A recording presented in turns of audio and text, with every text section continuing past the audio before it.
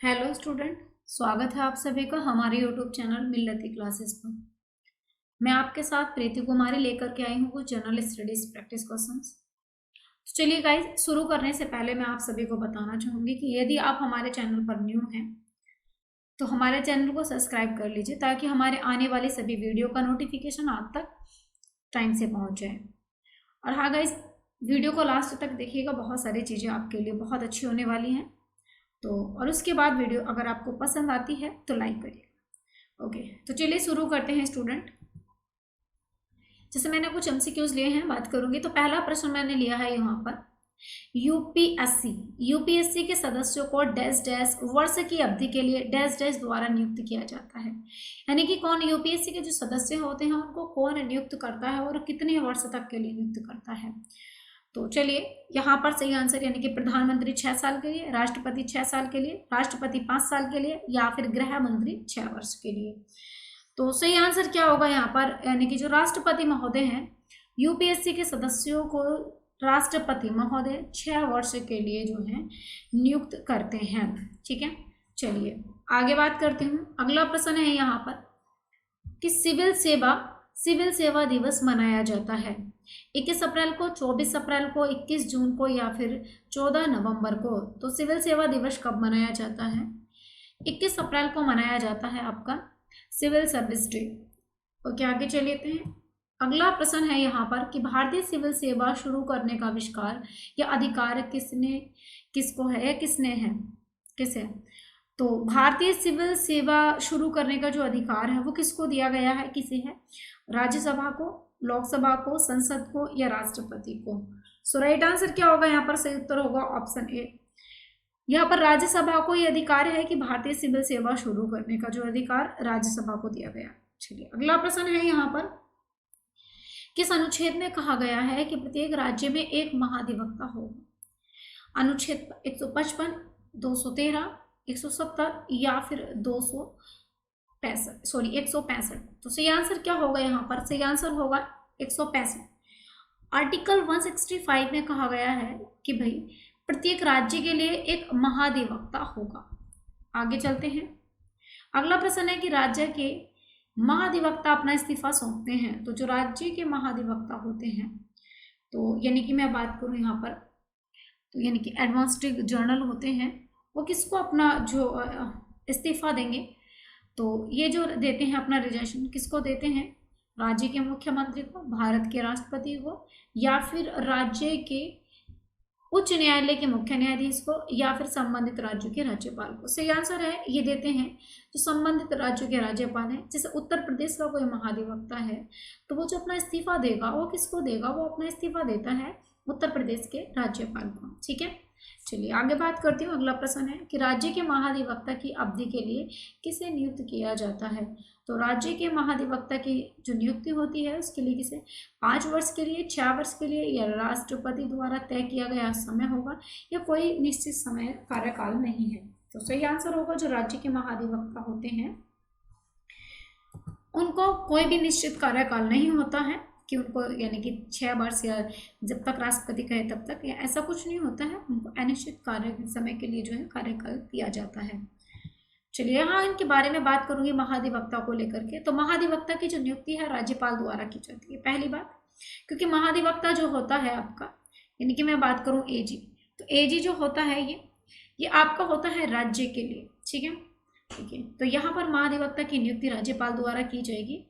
आगे करें, ऐसा व्यक्ति होना चाहिए ये जो उच्च न्यायालय के न्यायाधीश के रूप में नियुक्त होने योग्य हो, उसको महाधिवक्ता बना दिया जाए। चलिए आगे बात करती हूँ। यहाँ पर महाधिवक्ता में ही महाधिवक्ता का जो कार्यकाल होता है संविधान द्वारा निर्धारित नहीं है, और गवर्नर के प्रसाद पर्यंत तक महाधिवक्ता अपना पद धारण कर सकता है।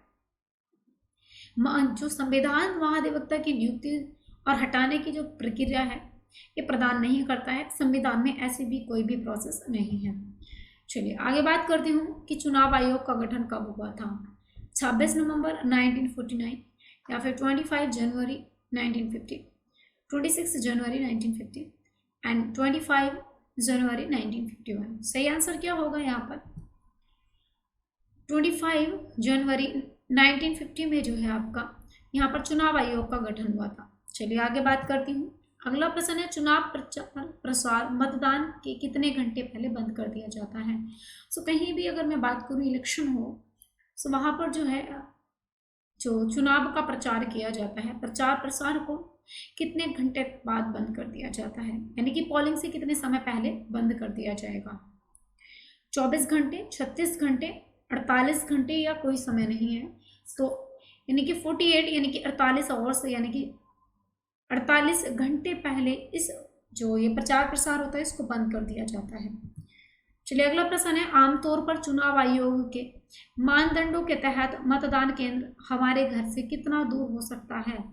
तो जो मतदान केंद्र होगा वो लगभग आपके घर से कितना दूर हो सकता है, लगभग आधा किलोमीटर, 1.5 किलोमीटर, 2 किलोमीटर या 3 किलोमीटर। तो सही आंसर क्या होगा यहाँ पर, लगभग 2 किलोमीटर दूरी तक जो है आपका यहाँ से आपके घर से मतदान केंद्र हो सकता है। चलिए आगे बात करती हूँ यहाँ पर कि रिटर्निंग अधिकारियों के लिए हेडबुक के आधार पर सेकंड के पैरा के अनुसार या फिर पैरा थर्ड के अनुसार मतदान में केंद्रों को इस तरह से स्थापित किया गया होना चाहिए कि आमतौर पर किसी भी मतदाता को अपने मतदान केंद्र तक पहुंचने के लिए 2 किलोमीटर से अधिक यात्रा न करनी चाहिए। चलिए आगे बात करती हूँ। अगला प्रश्न है भारत के 13वें वित्त आयोग के अध्यक्ष कौन थे। के.सी. नियोगी, सी रंजन, रंगराजन या फिर विजय केरकर, बाई बी रेड्डी। तो 13वें वित्त आयोग के जो अध्यक्ष थे विजय केरकर थे। चलिए आगे बात करते हैं। यहाँ पर अगला प्रश्न है निम्नलिखित में से किसे भारत के सार्वजनिक पर्स का संस्थापक कहा जाता है। तो भाई भारत का जो सार्वजनिक संस्थापक किया जाता है, संरक्षक कहा जाता है किसको, महान्यायवादी को, कानून मंत्री को, कैग या फिर वित्त मंत्री। सही आंसर होगा महान्यायवादी को जो है सार्वजनिक पर्स का संरक्षक कहा जाता है। आगे बात करती हूँ। भारत के नियंत्रक एवं महालेखा परीक्षक पद के आधार पर बनाया जाता है, किसके पद पर, भारतीय संविधान या फिर एक कैबिनेट प्रस्ताव या फिर एक राष्ट्रपति अध्यादेश, संसद द्वारा अधिनियम। तो राइट आंसर होगा यहाँ पर भारतीय संविधान के तहत। जो भारत के नियंत्रक एवं महालेखा परीक्षक है जिसको मैं बात करूँ यहाँ पर सीएजी या कैग, तो जो कैग है यानी कि इसका जो पद बनाया गया है ये भारतीय संविधान में इसका विवरण किया गया है। चलिए आगे बात करती हूँ। निम्नलिखित में से किस अवधि के लिए भारत में महान्यायवादी की नियुक्ति की जाती है। तो भाई कितने या किस अवधि के लिए भारत के महान्यायवादी की नियुक्ति की जाती है, 65 वर्ष, 6 से या 65 वर्ष, जो भी पहले आ जाए, 6 वर्ष पहले हो या 65 वर्ष या 3 वर्ष, 5 वर्ष, ये तय नहीं है। तो सही आंसर है ऐसा कुछ तय नहीं है कि भारत का जो महान्यायवादी है उसकी नियुक्ति इतने समय तक होगी। क्या आगे चलते हैं। अगला प्रश्न है कि केंद्रीय सेवाएं निम्नलिखित में से कौन सी हैं। केंद्रीय सेवाएं निम्नलिखित में से कौन सी हैं, भारतीय विदेश सेवा, भारतीय राजस्व सेवा, भारतीय डाक सेवा या फिर ये सभी। सही आंसर होगा ये सभी। ये तीनों की तीनों सेवाएं जम्मू कश्मीर के भी इंडिया का जो यानी कि हमारा सेंटर है वो संभालता है। ये सारी सेवा जो केंद्र की सेवा के अंतर्गत आती हैं। आगे बात करती हूँ। केंद्र सरकार के उच्चतम सिविल सेवक कौन है।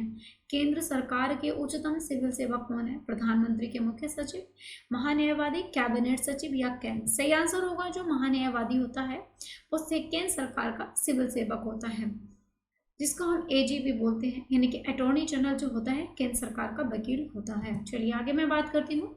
विधानमंडल के किसी भी सदन के कार्य में कौन सा गैर सदस्य भाग ले सकता है।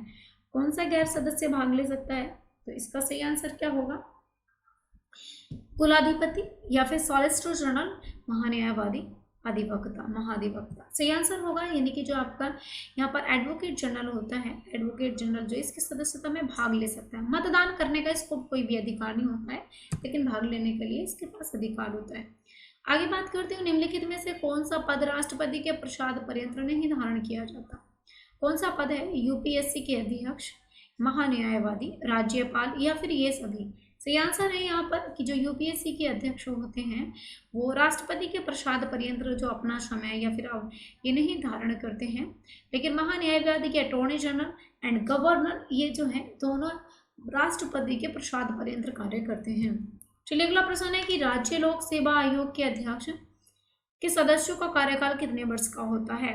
तो मैं बात करूं यहाँ पर यानी कि राज्य लोक सेवा आयोग के जो सदस्य होते हैं यानी कि आपके स्टेट पब्लिक सर्विस कमीशन, इसके जो कैंडिडेट होते हैं 4 वर्ष का इनका समय होता है, 5 वर्ष का, 6 वर्ष का, ये कोई निश्चित नहीं है। सही आंसर होगा इसका 6 वर्ष का इनका जो राज्य जो आपका स्टेट पब्लिक सर्विस कमीशन होता है, तो इसके जो टाइमिंग होता है इसके सदस्यों का 6 वर्ष होता है।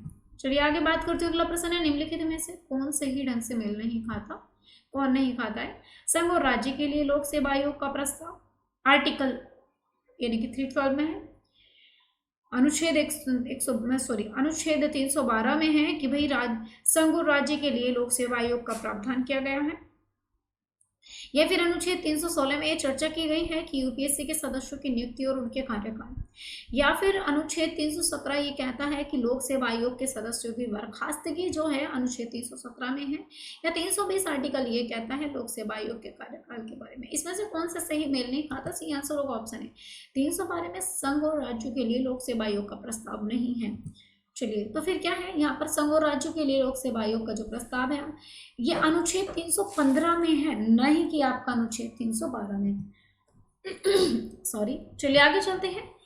आगे बात करते हैं, भारत में अब तक के कितने उप प्रधानमंत्री हुए हैं? तो लगभग कितने उप प्रधानमंत्री हुए? 4, 5, 6, 7। सही आंसर होगा यहाँ पर 6, यानी कि भारत में जो अब तक उप प्रधानमंत्री हुए कितने हुए हैं? 6 उप प्रधानमंत्री हुए हैं। चलिए यहाँ पर उप प्रधानमंत्रियों को लेकर के मैंने कुछ चर्चा की है, तो चलिए यहाँ पर आप इमेज में देख रहे होंगे, आपको लगभग 5 उप प्रधानमंत्री दिखाई दे रहे हैं, और 5 में भी एक तो कंटिन्यू हुई है ना। चलिए बात करते हैं, तो आज ही के दिन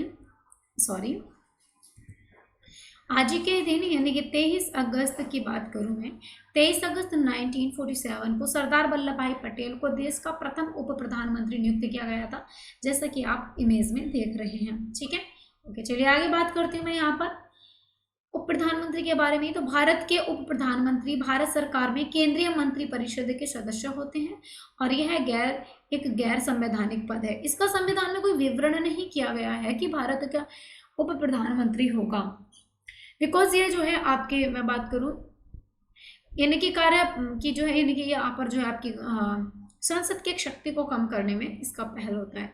भारत के प्रथम उप प्रधानमंत्री वल्लभ भाई पटेल थे, जो जवाहरलाल नेहरू के मंत्रिमंडल में गृह मंत्री भी रहे थे। यस, बिल्कुल सही। चलिए आगे बात करती हूँ, 7वें और आखिरी उप प्रधानमंत्री कौन थे? तो लाल कृष्ण अंडवाणी जो थे, जिन्होंने 2002 से 2004 तक अटल बिहारी वाजपेयी की सरकार में अपने गृह मंत्री के अलावा भूमिका भी निभाई थी उप प्रधानमंत्री के साथ। और वर्तमान सरकार के पास उप प्रधानमंत्री कोई भी नहीं है, बिकॉज प्रधानमंत्री की पावर को कम करता है आपका उप प्रधानमंत्री का पद। चलिए आगे बात करती हूँ मैं यहाँ पर उप प्रधानमंत्री के कुछ, तो यहाँ पर देख लेंगे कि जो डिप्टी प्राइम मिनिस्टर हैं कुछ, एंड उनका टाइमिंग कि जो है उनका टाइम ऑफिस टाइम क्या है, एंड उनके प्राइम मिनिस्टर कौन रहे हैं, किसके समय में उन्हें कार्यकाल किया है। चलिए कुछ चीज़ें हैं आप देख लेंगे। ओके गाइस, तो मेरा मानना है ये प्रधानमंत्री हैं कुछ, आप इनको देखते रहेंगे। चलिए तो आज के लिए मैं इतना ही रखूं, ठीक है। ओके गाइस, तो आज के लिए रखते हैं इतना ही। Thank you for watching guys.